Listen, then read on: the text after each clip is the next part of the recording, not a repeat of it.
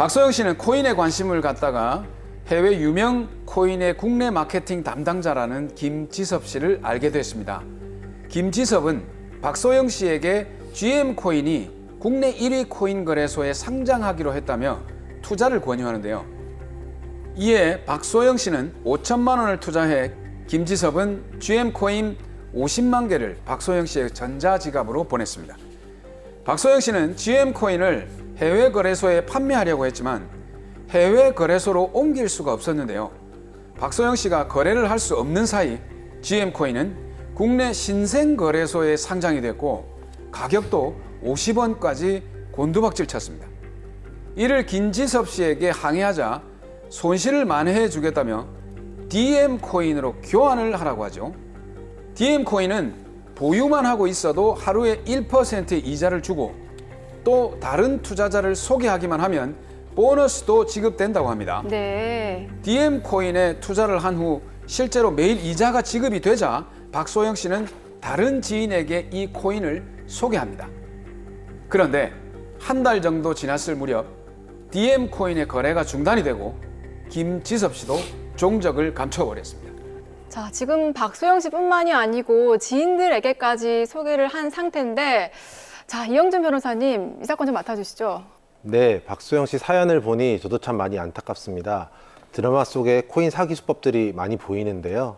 어떤 수법이 있는지 자세히 차근차근 알려드리도록 하겠습니다. 네, 변호사님 눈에는 수법이 많이 보인다고 하셨는데 요즘 또 이런 사기가 많다고 하니까 지금 로이어 시청하시는 시청자분들께서도 눈을 좀 크게 뜨고 들어주시기 바랍니다.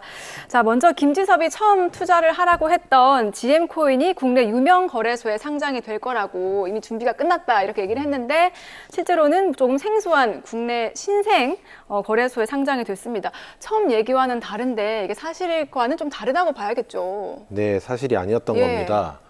국내 유명 거래소에 상장을 한다는 사실이 알려지게 되면 가격이 폭등하는 경우가 많습니다. 네. 이러한 상황을 이용하는 코인 사기 유형이 상장 사기입니다. 드라마에서도 반드시 1위 거래소에 상장된다고 하면서 박소영 씨를 속였는데요.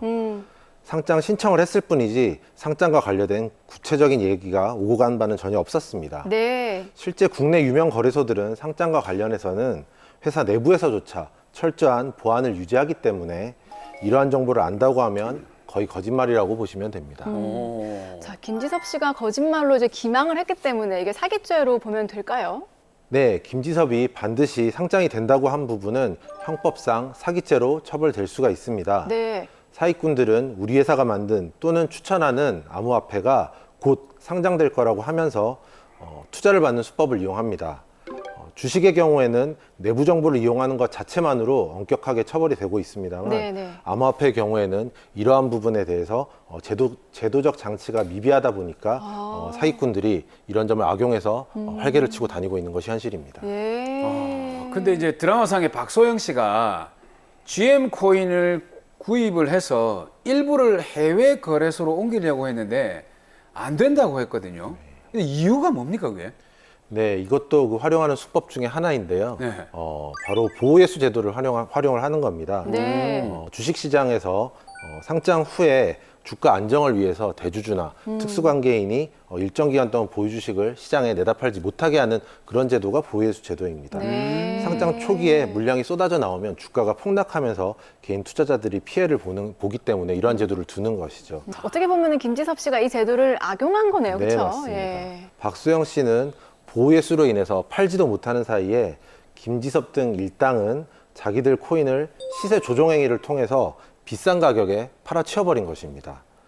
박소영 씨와 같은 블록딜을 통해 코인을 좀 대량으로 구매한 사람들이 네. 물량을 시장에 풀게 되면 시세 조정 행위 자체가 어려워지기 때문에 이러한 수법을 이용을 하는 것입니다. 일반 주식의 경우에는 이런 시세 조정 행위도 자본시장과 금융투자업에 관한 법률에 의해서 엄격하게 금지가 됩니다. 네. 하지만 코인의 경우에는 별도의 제한 규정이 없기 때문에 시세 조정 행위가 난무하는 것이 현실입니다.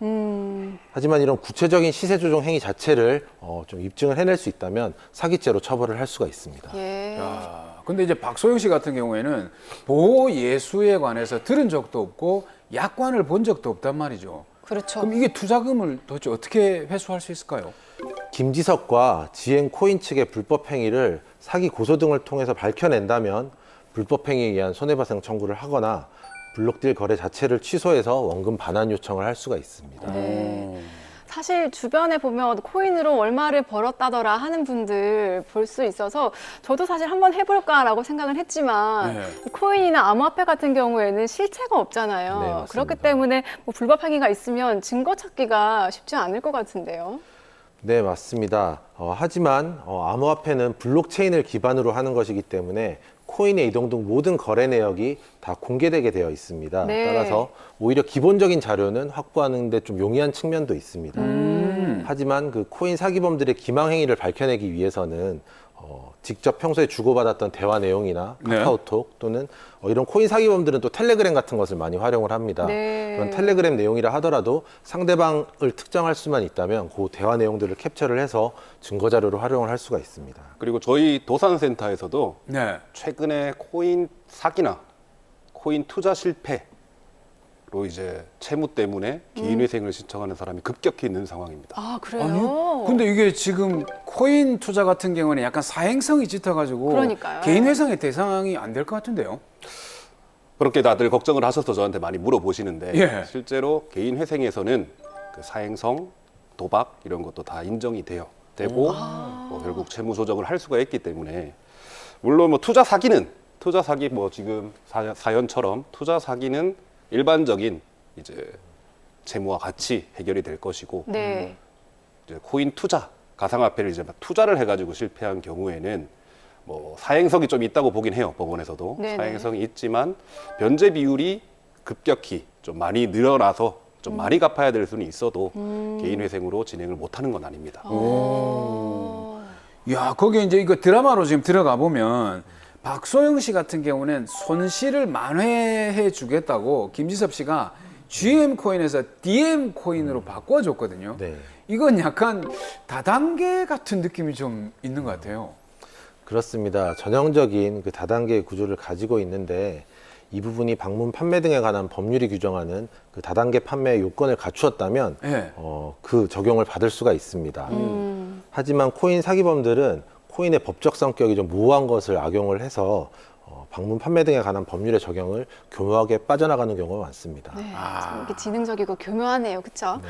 자, 근데 또 문제가 있습니다. 회사 동료가 이 박소영 씨 소개로 DM 코인에 투자를 했는데, 그렇다면 소개를 받은 지인들이 박소영 씨한테 책임을 져라라고 이렇게 할 수 있겠는데요? 네, 그렇습니다. 이러한 다단계 코인의 경우에 사고가 터지면 코인 사기범들은 종적을 감추거나 재산을 이미 빼돌린 경우가 많습니다. 네. 그렇죠. 그렇기 때문에 박소영 씨 경우처럼 코인을 소개한 지인에게 민형사상 조치를 취하는 경우가 많습니다.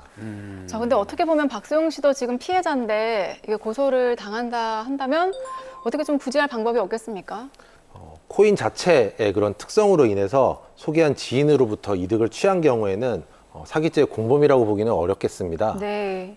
그러나 코인 사기범으로부터 투자자 모집에 대한 별도의 대가를 받았다거나 한다면 사기죄 공범까지 될 수도 있습니다.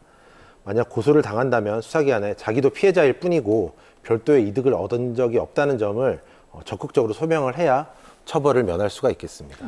네, 지금도 사실 이제 대박을 꿈꾸면서 코인 투자를 한 후에 밤잠을 못 주무시는 분들이 계시거든요. 이런 분들에게 이런 부분은 꼭 주의하십시오 하고 콕콕 집어서 좀 얘기를 좀 해주십시오. 암호화폐의 경우에는 가장 큰 문제점이 제도적 보호장치가 전무하다는 점입니다. 네.